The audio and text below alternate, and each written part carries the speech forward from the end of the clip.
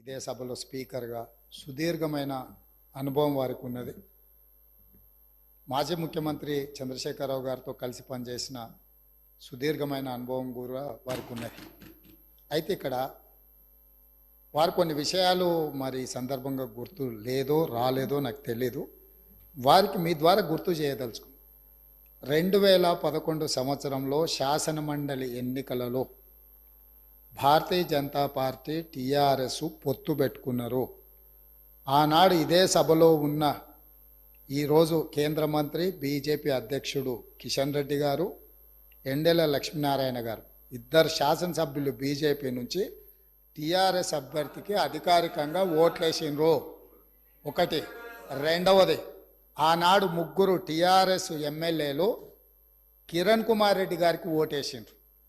ఆ ముగ్గురు ఎవరంటే ఏనుగు రవీందర్ రెడ్డి గారు, కావేటి సమ్మయ్య గారు, కల్వకుంట్ల విద్యాసాగర్ రావు గారు. ఆ ముగ్గురు టీఆర్ఎస్ అభ్యర్థికి ఓటేయకుండా కిరణ్ కుమార్ రెడ్డి గారికి మద్దతు ఇచ్చినందుకు చంద్రశేఖరరావు గారు వారిని పార్టీ నుంచి బహిష్కరించడం జరిగింది. ఆ సందర్భంగా ఎమ్మెల్యేలు ఏం చెప్పిండ్రంటే, అయ్యా మీ అల్లుడు గారే మమ్మల్ని ఇక్కడ ఓటేయమని చెప్తే మేము పోయి అక్కడ ఓటేసినాము, ఓటేయమన్న మీ అల్లుడినేమో ఇంట్లో పెట్టుకున్నావు, మమ్మల్ని పార్టీ నుంచి ఎట్లా బహిష్కరిస్తామని వాళ్ళు మాట్లాడడంతో తిరిగి 2014లో వారికి టికెట్లు ఇవ్వడం జరిగింది. నెంబర్ 1. నెంబర్ 2, 2014 నుంచి 2023 వరకు పార్లమెంటులో ఏ సందర్భం వచ్చినా అధికారికంగా అక్కడ రికార్డులు ఉన్నాయి.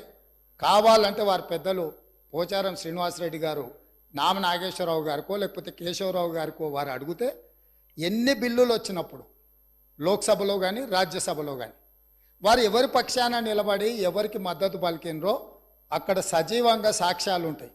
3 తలాక్ కావచ్చు, 370 ఆర్టికల్ కావచ్చు, రైతు వ్యతిరేక నల్ల చట్టాలు కావచ్చు, జిఎస్టీ కావచ్చు, నోట్ల రద్దు కావచ్చు, ఇట్లా చెప్పుకుంటూ వెళ్తే కొన్ని వందల బిల్లులు లోక్సభలో రాజ్యసభలో వచ్చినప్పుడు టీఆర్ఎస్ పార్టీ స్పష్టంగా ఒక సందర్భంలో రాజ్యసభ సభ్యుడు అక్కడ బిల్లు ఉన్నదంటే ప్రత్యేకమైన విమానం వేసుకొని పోయి మోడీ గారికి అనుకూలంగా ఓటేయడం జరిగింది.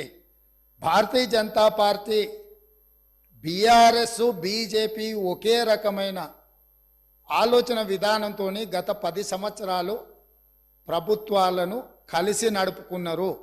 వాళ్ళిద్దరు కలిసి చర్చించుకున్నారు.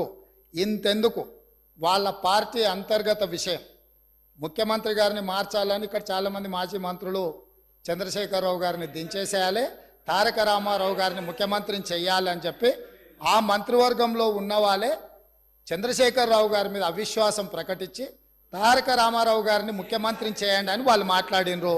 వాళ్ళందరూ ఒత్తిడి తట్టుకోలేక చంద్రశేఖరరావు గారు వెళ్ళి నరేంద్ర మోడీ ప్రధానమంత్రిని కలిసి, నేను అక్కడి నుంచి మా వాళ్ళు తప్పుకోమంటుండ్రు, తప్పుకుంటా తారక రామారావు గారిని తెలంగాణ రాష్ట్రానికి ముఖ్యమంత్రిని చేస్తా, మీరు నాకు అనుమతి ఇవ్వమని అడిగినరని, నేను వారసత్వ రాజకీయాలు లేకపోతే రాచరికాలను నేను సమర్థించను, నేను వ్యతిరేకిస్తున్నా, అది ఎలా సాధ్యమో అని నేను చంద్రశేఖరరావును నిలదీసినని భారత ప్రధానమంత్రి తెలంగాణ రాష్ట్రానికి వచ్చినప్పుడు స్పష్టంగా ప్రకటన చేసిండు.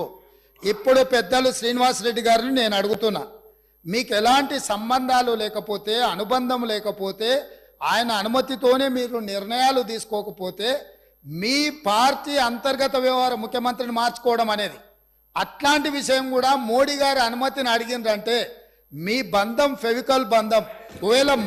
ఒకవేళ మీకు కేసీఆర్ గారు చెప్తుండ్రో లేదో వాస్తవాలు ఒక్కసారి ఇప్పుడు నేను చెప్పిన చరిత్రను మొత్తము వారు తెలుసుకోవాల్సిందిగా నేను కోరుతున్నా.